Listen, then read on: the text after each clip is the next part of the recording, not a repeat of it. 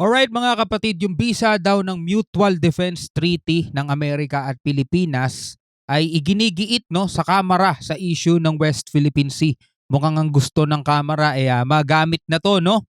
Kasi itong mga nakaraan mga tol talagang walang pasubali no ang ginagawang pangharas at pambubulas ng China dito sa Pilipinas.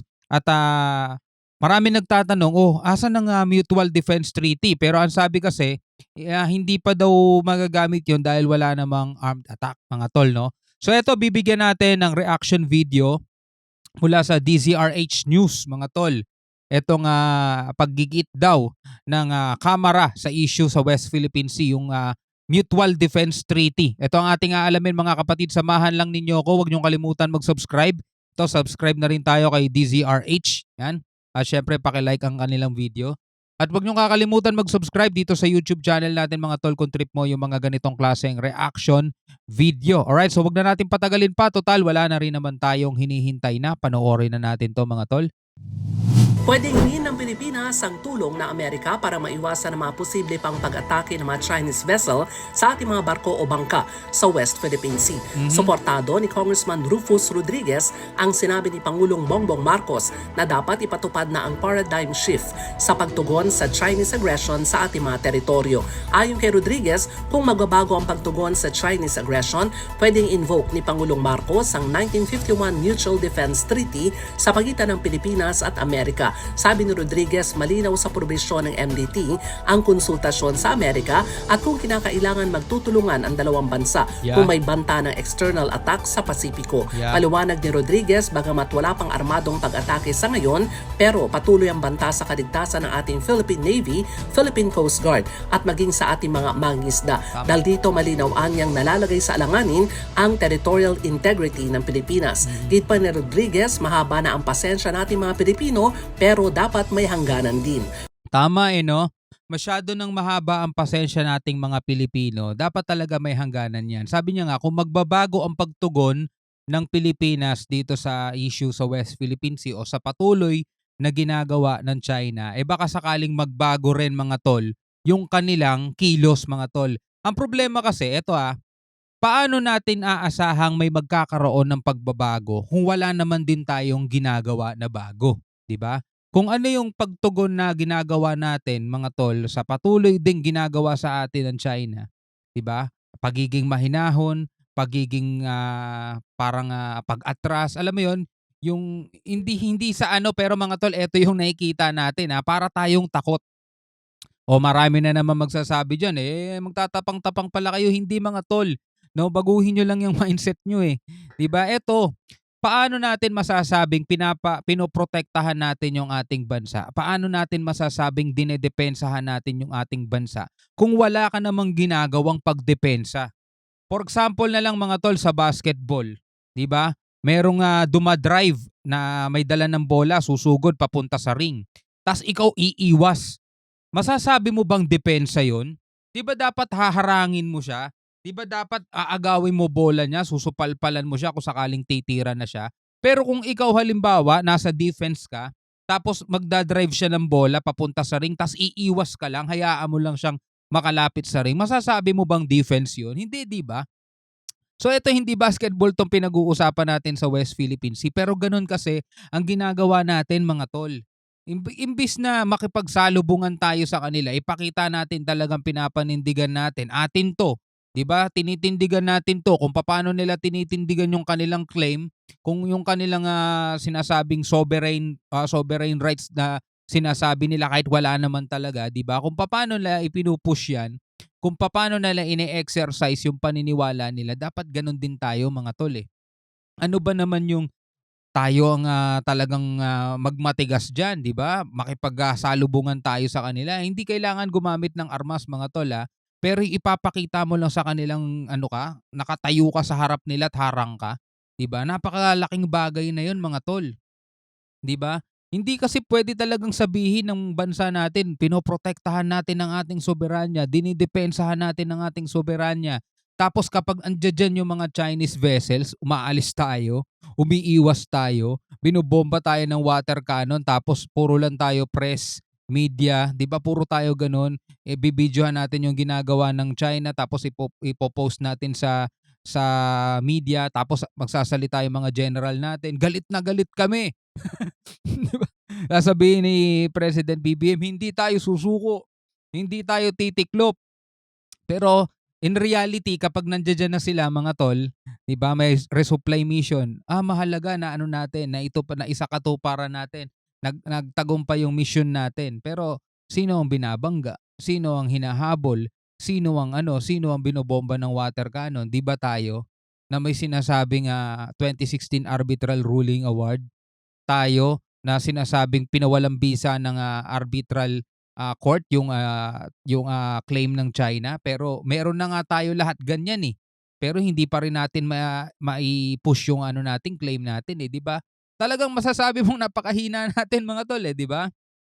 So kailangan talaga magbago yung pagtugon natin diyan. Kung ang patuloy nating gagawin is iwas ng iwas, patuloy silang makaka-score ng makaka-score ng makaka-score. 'Di ba? Kung makakita akong gano'ng player, ibabangko ko na 'yan. May titirang kalaban na hindi mo man lang sasabayan, 'di ba? Nagda-drive siya ng bola, biglang hindi mo man lang haharangin, ano ka lang, iiwas ka lang, 'di ba? Gano'n ang ginagawa natin mga kapatid, eh. 'Di ba? So tuloy natin. Para sa kauna-una sa Pilipinas, Okay, okay. So ayan, DZRH mga kapatid 'no. Yan na iginigiit ng kamara mga kapatid, yung ganyan yung West Philippine yung ano natin, yung Mutual Defense Treaty natin. Pero sabi hindi pa nga daw puwedeng magamit diyan dahil wala pa naman daw armed attack mga kapatid.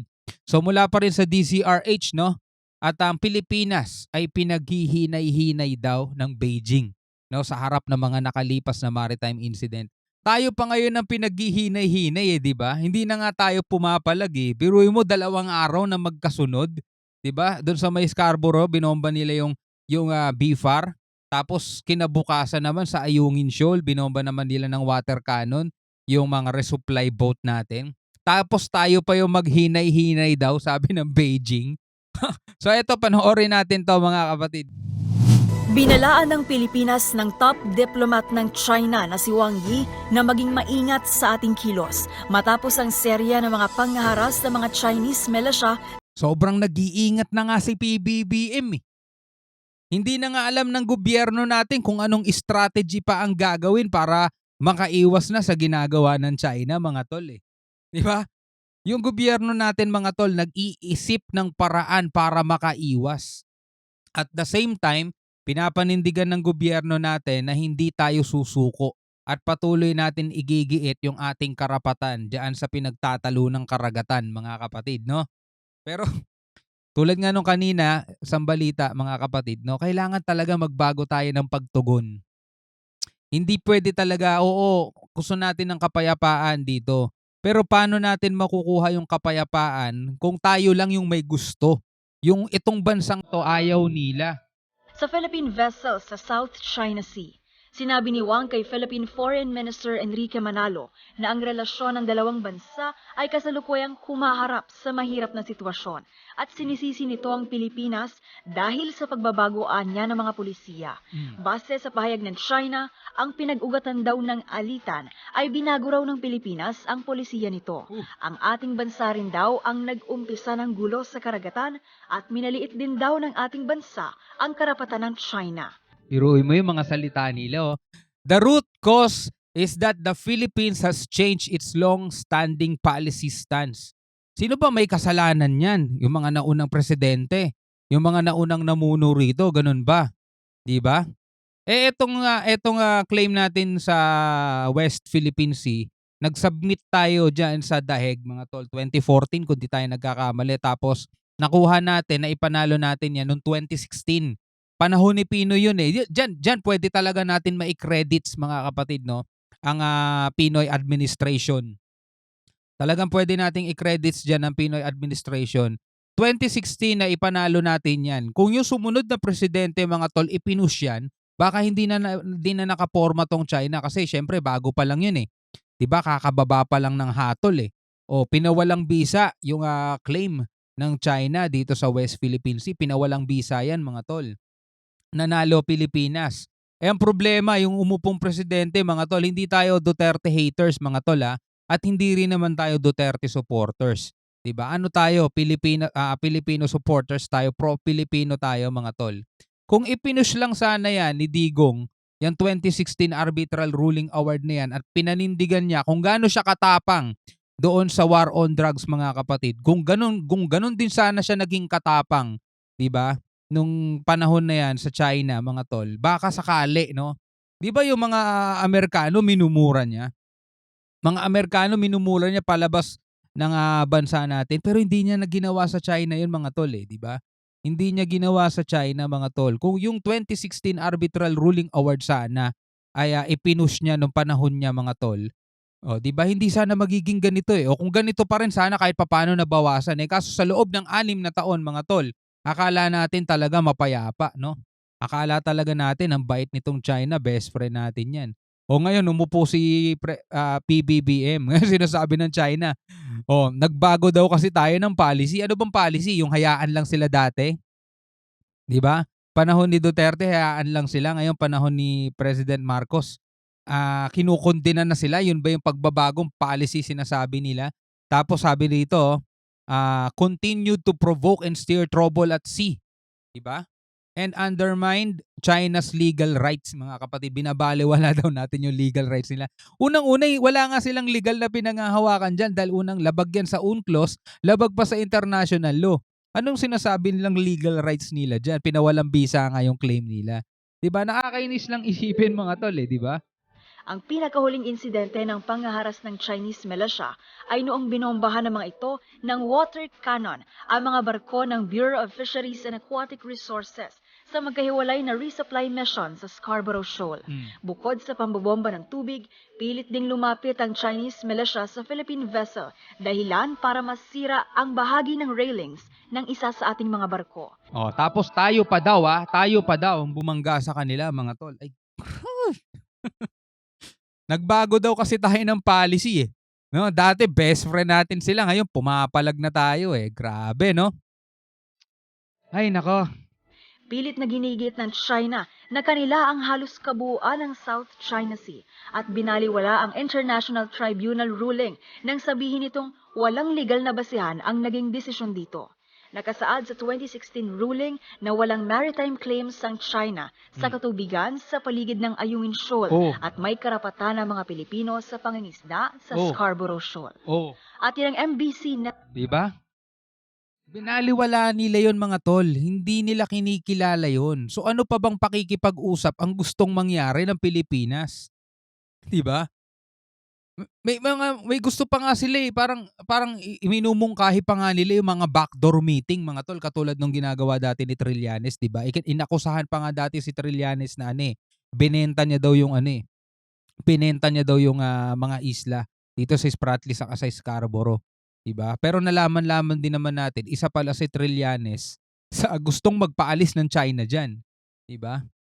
Hindi na natin na malaman mga kapatid dahil sa awayan nila sa politika. Eto ang nako-compromise mga tol, yung bansa mismo natin at yung nasasakupan ng ating bansa. Well anyway, bilang isang Pilipino, ano masasabi mo dito sa mga balitang 'to na napanood natin? Puwedeng-puwede kang mag-comment sa ibaba mga kapatid, puwede kang mag-react. No, samahan lang ninyo ako palagi kapag may mga ganito tayong reaction video. Alright, so maraming salamat sa panonood. Hanggang sa muli, ako nga pala si Shobal D. Peace out.